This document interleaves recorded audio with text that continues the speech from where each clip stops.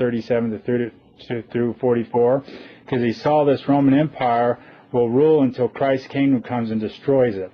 So nothing has changed throughout history as far as the power structure, and when we need permission, we have to go to Rome to attack one country or the next, just like the Jews had to go to Rome to kill Christ.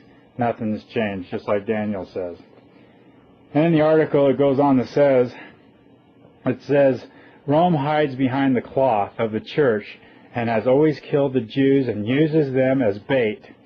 The Jesuits of the Short Road take on Jewish names as a cover, and/or the Jews who swore an allegiance to Rome are called crypto-Jews. So everyone will be blamed on everything on them so they can turn around and kill the real Jews. And it says here, it's called the Hegelian dialectic process. Create the crisis, control both sides, then offer the solution, order out of chaos.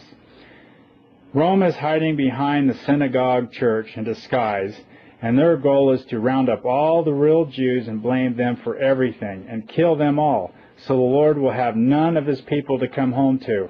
Also, Rome's goal is to blame the Esau Arabs for everything. For example, 9/11, to kill them all. Both Jews and Arabs will want peace, so they will clamor to have the Roman Pope to sit in the Temple Mount. So here we got the three groups of people that always wanted to control Israel, or Jerusalem. It's always been the Jews and the Arabs. That's what you see on the news all the time, these two factions fighting over the Temple Mount. But what's hiding in the wings is the Roman Church. Remember, they controlled that part of the world, the Temple Mount, for about 180 years, and then they were ran out by the Arabs. But here, the Jesuits are having the Jews and the Arabs fight among each other, so they can't stand each other and they want peace. And who are they going to go to for peace? Is the third party, the Roman Pope. And this is what's going to happen in the future to who's going to be able to occupy Solomon's rebuilt temple. Nothing has changed throughout history, that these three groups all wanted to control Jerusalem. It's called the Hegelian dialectic process. Rome will come out on top for a period of 3.5 years. Then the Lord will wreck Rome's plan and finally destroy the Holy Roman Empire, called the Fourth Reich. You need to study the history of the Dark Middle Ages to connect these dots. When Rome captured Jerusalem in the Middle Ages, they like to put their sun symbol of Baal on top of the Dome of the Rock, and here to occupy the holy site of Solomon's temple. And thus they have the sun symbol, which represents Sunday.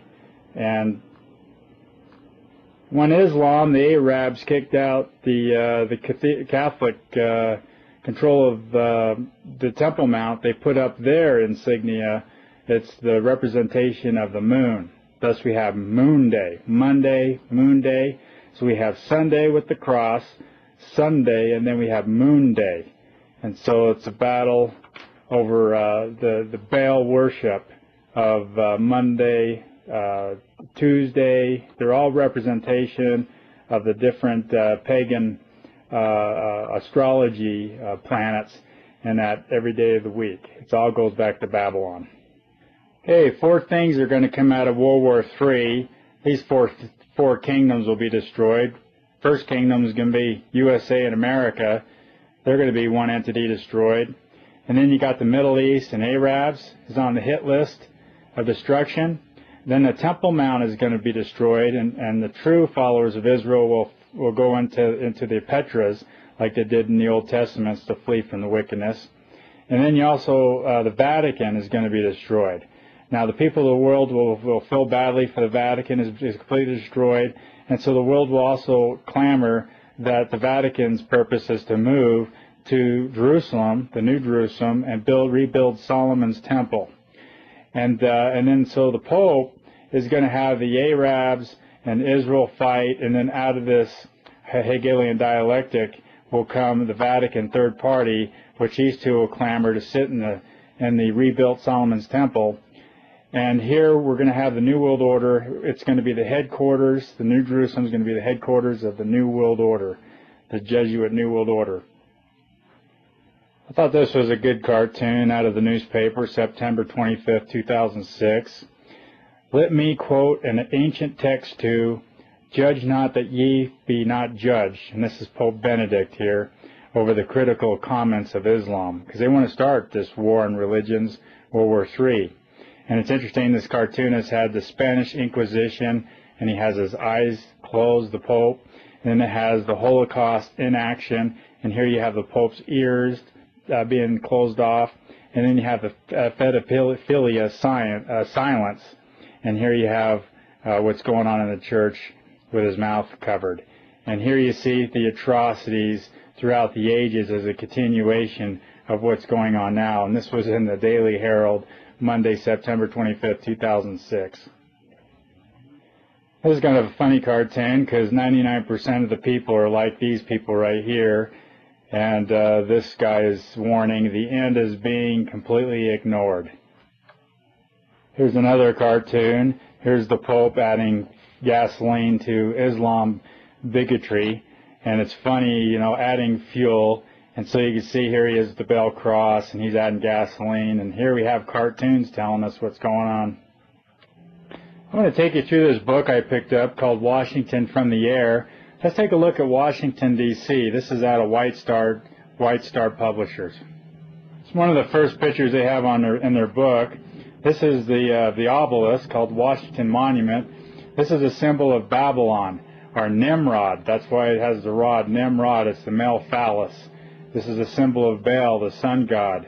You have to go back and read the transcripts of ancient Babylon, where you had Queen Semiramis, and she was impregnated by Nimrod, and that's why they have this symbol here. It's a Babylonian symbol.